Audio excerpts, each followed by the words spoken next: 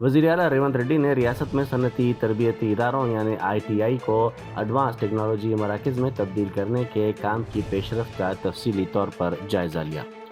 उन्होंने महकमे लेबर के आला सतह के अहदेदारों के साथ जायज़ा इजलास मुनक़्क़िद किया, जिसमें उन्होंने टाटा टेक्नोलॉजीज़ के ताउन से ITIs को ATC में अपग्रेड करने के काम का तफसीली तौर पर जायज़ा लिया।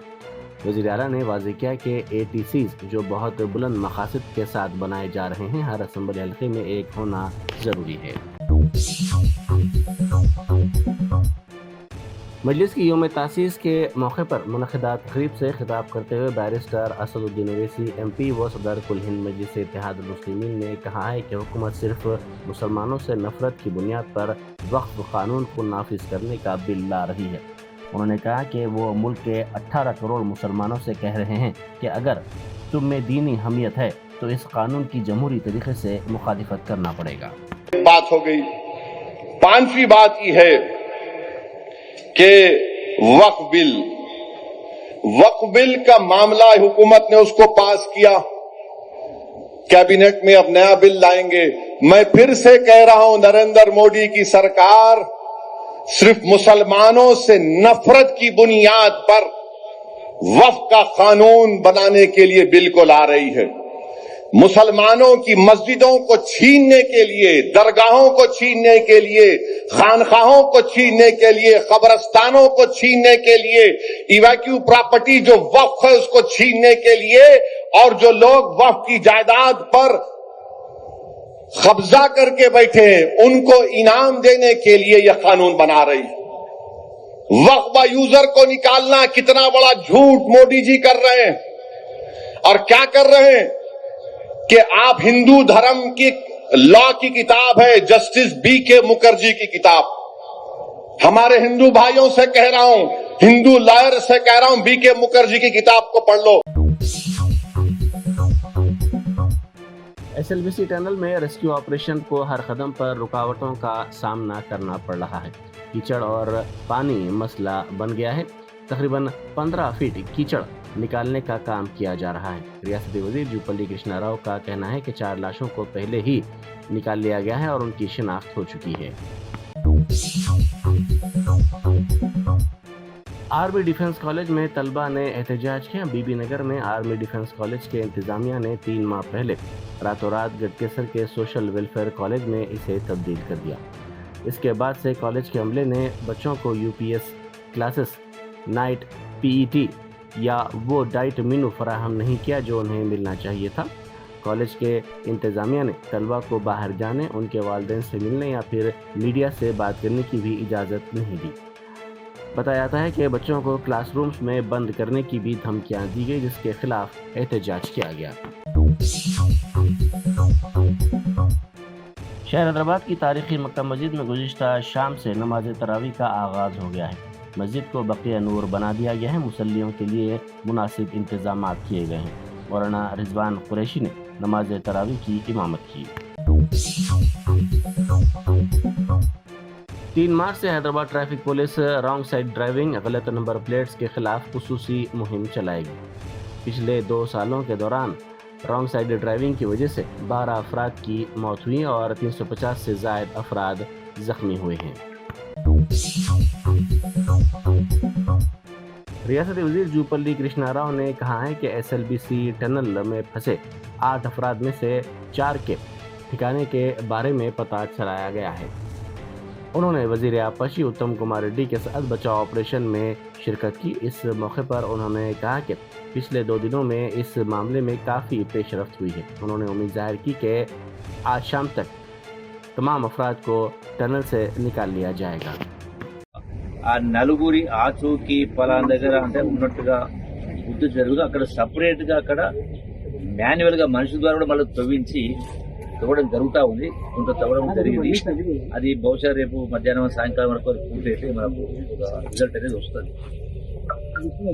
రెండవది, లోపల ఏదుందో దాన్ని చేయాలన్నప్పుడు దానికి పెద్ద ఎత్తున అడ్డంకులు ఉన్నవి. ఎంటైర్ బోరింగ్ మిషన్ అడుగు బాగాన ఉన్నట్టుగా కనపడతా ఉంది. మిగతా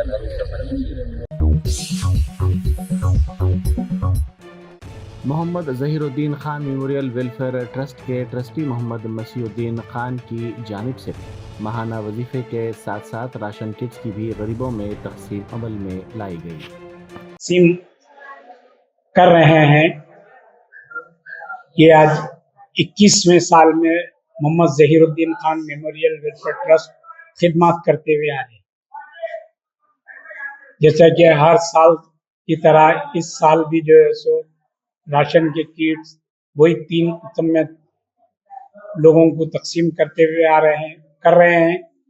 دوسری بات یہ ہے کہ اللہ پاک کا یہ کرم ہے، میں دیکھ بھی رہا ہوں کہ ہر جگہ بھی راشن کے کٹ تقسیم ہو رہے ہیں. اللہ کے رسول فرمائے تھے ایک ٹائم ایسا آئے گا کہ لوگ جو ہے سو دینے والے زیادہ ہو جائیں گے، لینے والے کم ہو جائیں گے. آج وہ پیشن گوئی کی بات دکھ رہی ہے. یاقوت پورے میں بھی میں دیکھ رہا ہوں کہ اللہ پاک کا بہت بڑا کرم ہے. غریبوں میں ہر جگہ پہ اللہ راہ میں راشن کی کٹ تقسیم ہو رہے ہیں. جملہ کتنے ممبرس کی کٹس تقسیم ہوتے ہیں؟ آج یہ ٹرسٹ جو ہے سو کے پاس قریب 2-2.5 ہزار ممبر ہے. اب کے جو ہے سو 900 کٹس تقسیم ہو رہے ہیں. کہ آپ کے ممبرس کو میڈیکل کی فیسلٹیز وغیرہ؟ ہاں، ہر مہینہ جو ٹرسٹ کے پاس رہی رقم 200-250 روپے. پلناڈو میں سیکریٹریٹ کا ملازم پینشن کی رقم لے کر فرار ہو گیا.